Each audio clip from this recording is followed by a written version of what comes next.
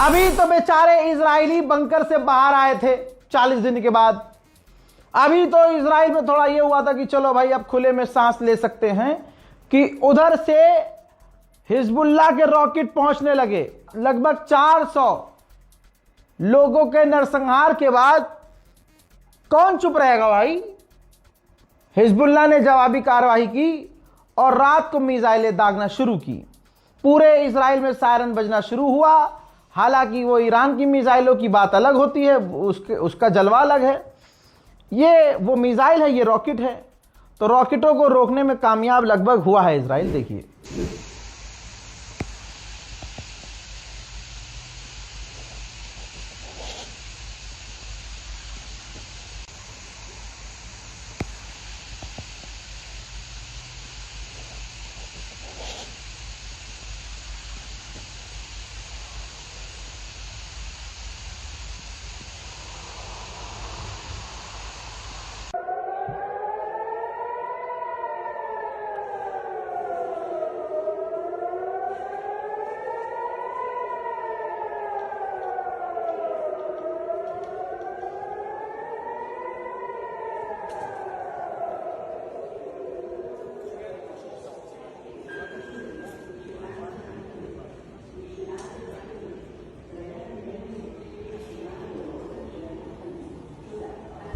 हालांकि सायरन घंटों तक बजते रहे और बेचारे इजरायली जो हैं, जो हगना मूतना जिनका हराम था, अब वो फिर से बंकर में। उधर कुवैत ने आधिकारिक तौर पर इल्जाम लगाया और कहा कि या तो ईरान ने हम पर हमला किया है या तो ईरान के किसी समर्थक ग्रुप ने हम पर हमला किया है। ये दोनों स्टेटमेंट जारी किए गए हैं। 2 पेज का स्टेटमेंट है कुवैत के द्वारा। नाराज हुआ है कुवैत काफी। इसके बाद ईरान खेल गया और भाई ईरान सीख गया खेलना कैसे है। ईरान ने तुरंत जवाब दिया, तुरंत कह दिया कि हमने और हमारे किसी संगठन ने कुवैत पर हमला नहीं किया। जापान का सबसे बड़ा अखबार, सरकारी अखबार है जापान टाइम्स ने क्या लिखा है देख लो, आप पढ़ लो। पढ़ता तो इतना आता ही होगा। जापान टाइम्स ने लिखा है कि अचानक से डोनाल्ड ट्रंप ने ब्रेक जो लगाया और अपने फैसले बदले, यह दिखाता है कि ईरान बहुत ताकतवर है और अमेरिका की भी ताकत की, ट्रंप की भी एक ताकत की लिमिट है। इतना ताकतवर है नहीं जितना अमेरिका दुनिया को दिखाता और बताता है।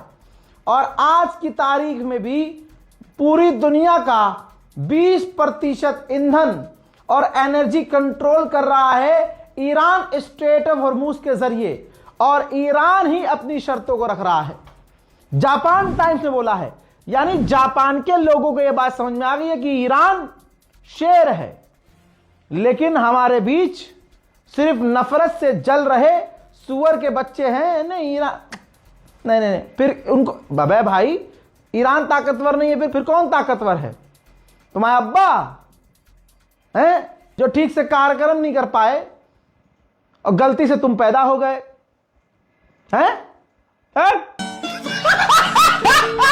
हजरत, आधी रात के बाद भारतीय वक्त के मुताबिक रात को 3 बजे मेरे पास अपडेट आया कि ईरान की एक डेलीगेशन जो टीम है वो पहुंच चुकी है, इस्लामाबाद पहुंच गई है। इस्लामाबाद में ये हो गया है, वो हो गया है, होटल भी पहुंच गए हैं और फाइटर जेट उड़ रहे थे और ईरान पहुंचे थे जहाज पाकिस्तान के ईरान की टीम को लेने के लिए।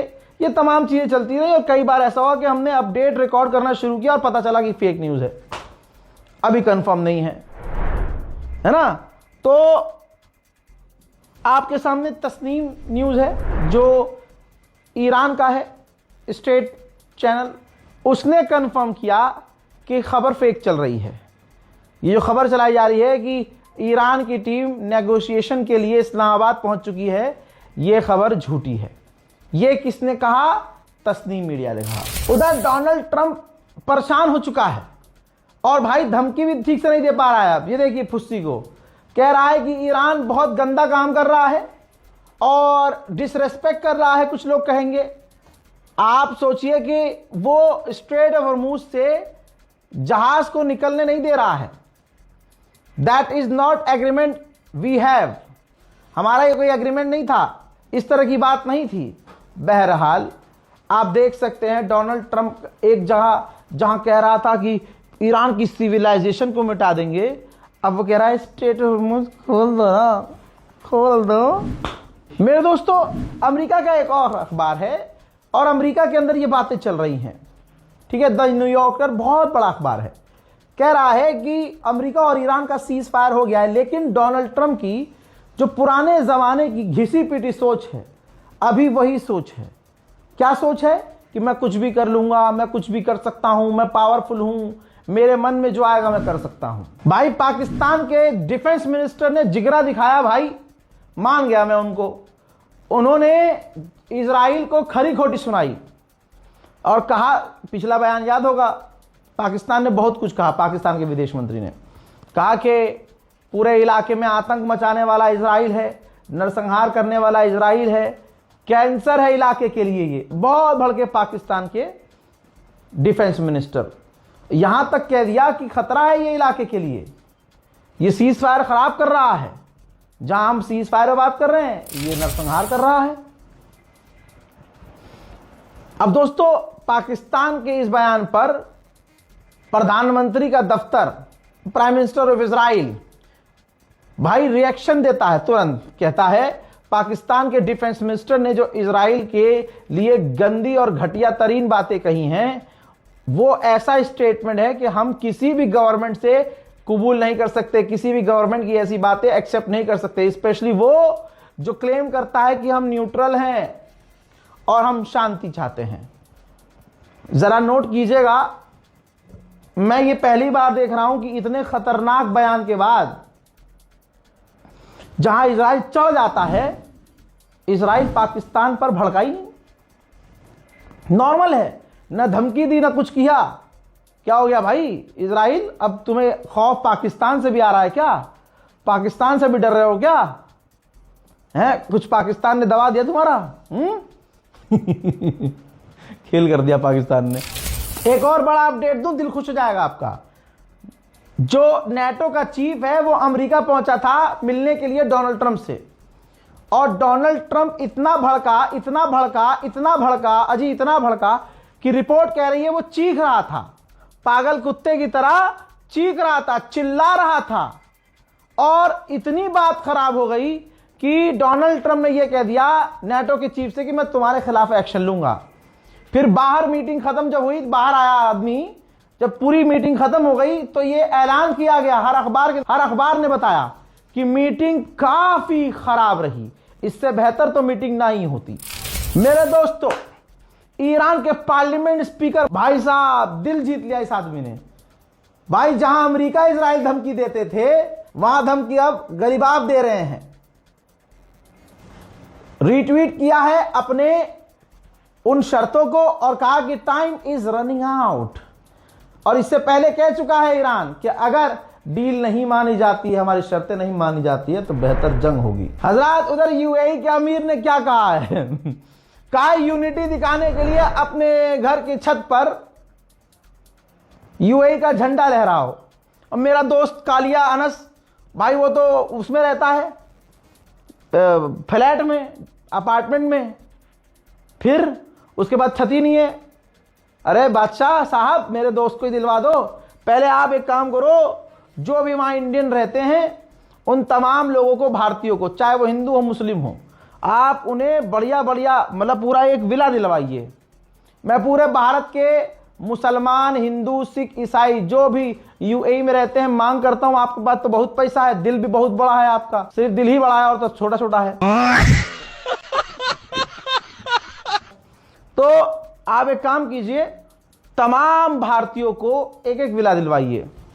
मैं कसम खा के कहता हूं, मेरे प्यारे भारतीय इतने बढ़िया लोग हैं कि झंडा क्या लहराएंगे भाई, आपकी फोटो भी लगाएंगे विला की एंट्री पर, और खूब बड़ा सा झंडा लगा के रखेंगे यूएई का, जब तक यूएई में रहेंगे। हजरत, यूनिटी दिखा भाई। तुम्हारे यहां यूनिटी टूटी कब? सवाल यह है। तुम्हारे अपने लोग और जो तुम्हारे यहां गए हुए हैं बिजनेस करने के लिए, वो तुम्हारे खिलाफ हुए कब? मतलब कुछ भी। अरे यार, मोदी जी की वीडियो देख ली क्या, ढोल पीटने वाली? अरे बर्तन बजवाते हैं ना मोदी जी, ये काम सिर्फ मोदी जी कर सकते हैं, तुम्हारी औकात नहीं है। कि जो काम हमारा प्रधानमंत्री करवाए वो तुम कॉपी करो। जूता लाओ रे। अब इंटरनेशनल मीडिया रिपोर्ट्स आ रही हैं, एक दो नहीं, अब ज्यादातर मीडिया खुलकर पूरी कहानी बता रहे हैं कि 2 दिन पहले जो डील हुई, सीज फायर हुआ, उसमें डोनाल्ड ट्रंप की हालत इतनी खराब थी, इतना उतावला था डोनाल्ड ट्रंप कि उसने ईरान की तमाम शर्त मानी और शर्त में क्लियर ईरान ने मेंशन किया था कि लेबनान में भी सीज फायर होगा। डोनाल्ड ट्रंप राजी हो गया था। फिर उसके बाद जब इजराइल भड़का, इजराइल जिद पे आया, तो प्रेशर इतना बना डोनाल्ड ट्रंप पर कि डोनाल्ड ट्रंप बाद में पलट गया। यानी पहली ही शर्त से डोनाल्ड ट्रंप पलट गया। मेरे दोस्तों, रिपब्लिकन्स, अमेरिकी रिपब्लिकन्स को अब डर बैठ गया है सीने में। यह रही रिपोर्ट कि अब जो चुनाव आएगा उसमें ट्रंप तो जाएगा ही जाएगा और रिपब्लिकन का कोई व्यक्ति जीत भी नहीं पाएगा, क्योंकि ईरान ने जो इज्जत उछाली है वो अब वापस नहीं आएगी। ये बहरीन इतना सा है दोस्तों, इतना सा, मैप में देखिए इतना सा, मतलब अगर हम जोर से छींक देंगे तो बह जाएगा साला। और बातें देखो इसकी, सही पिटाई है। कह रहा है बहरीन हमें मुआवजा चाहिए, हमारा जो नुकसान हुआ है मुआवजा दो और ईरान को सजा मिलनी चाहिए। मतलब आप इनका खौफ देखिए, अभी भी ये हरामजादे ये नहीं बोल पा रहे हैं कि जंग अमेरिका ने शुरू की, अमेरिका हमें मुआवजा दे, अमेरिका के डिफेंस सिस्टम बेकार साबित हुए, हथियार बेकार साबित हुए, पूरा मुआवजा अमेरिका दे ना। ईरान पे चढ़ेंगे क्योंकि ईरान कुछ कहता ही नहीं है। ईरान भाई को भाई मानता है, ठीक है। अगर भाई ना मानता तो अरबों को दिखा देता। अभी तो सिर्फ ट्रेलर था ईरान का। हजरत शहीद खामनाई का 40वां था। आप देखिए, इंसान को इंसान होने की जरूरत है हक से प्यार करने के लिए। जो चर्च है, चर्च ईसाइयों का चर्च तेहरान में, उसके अंदर जनाब खामनाई के जो है 40वें पर प्रोग्राम रखा गया। लोगों ने शोक, ईसाई समुदाय ने शोक व्यक्त किया अपने धार्मिक स्थल पर। और सुनना चाहोगे गोदी मीडिया मेरे मुंह पे? अब सुनो अमेरिका का मीडिया क्या कह रहा है। द इकोनॉमिस्ट ने छापा है, ईरान अमेरिका की जंग में डोनाल्ड ट्रंप सबसे बड़ा लूजर है, सबसे बड़ा लूजर। अमेरिका का अखबार साफ लिख दिया है टॉप पर अपने कि Donald Trump is the world's biggest loser. इस जंग का सबसे बड़ा लूजर डोनाल्ड ट्रंप। इसी तरह से इजराइल का सबसे बड़ा अखबार हारेट्स, जिसने लिखा है कि डोनाल्ड ट्रंप पीछे हो गया है, यानी अमेरिका पीछे हट गया है और ईरान भारी पड़ा है और ईरान अब बातचीत के जरिए एक नया कानून बनाने वाला है जो उसको फायदा पहुंचाएगा। अब आइए थोड़ा ईरान का नुकसान जान लीजिए। ईरान में 3000 लोगों की शहादत कंफर्म की गई है। हज़रात, अप्रैल के महीने में रशिया ने अपने तेल से डबल पैसा कमाया है। जितने लोग रशिया से दूर थे, तमाम देशों ने रशिया से भर भर कर तेल खरीदा है। ब्रिटेन ने भी अमेरिका इजराइल के मुंह में मुंह दिया और कह दिया कि इस सीज फायर की बात में, डील वाली बात में, ईरान जो बातें रख रहा है उसमें, इस डील में लेबनान भी शामिल होना चाहिए। इजराइल जो लेबनान पर खतरनाक हमले कर रहा है यह सरासर गलत है। उधर कनाडा ने भी झटका दिया इजराइल को और अमेरिका को, कहा कि यह जो लेबनान पर बड़े हमले कर रहा है, लेबनान पर इजराइल जो लगातार खौफनाक हमले कर रहा है, हम इसकी निंदा करते हैं। मोहतरम हज़रात, पूरी दुनिया में ऐलान हो चुका है और ऐलान ये किसी ने नहीं किया है, सबको दिख रहा है, सबको पता चल चुका है, सबने ये जंग अपनी आंखों से देखी है, सबको पता है कि अमेरिका बुरी तरह से हारा है। मेरे दोस्तों, इस रिपोर्ट को शेयर कीजिएगा, चैनल को सब्सक्राइब जरूर कीजिएगा। मैं हूं रजा और आप देख रहे थे रजाग्राफी अनस्क्रिप्टेड। जय हिंद।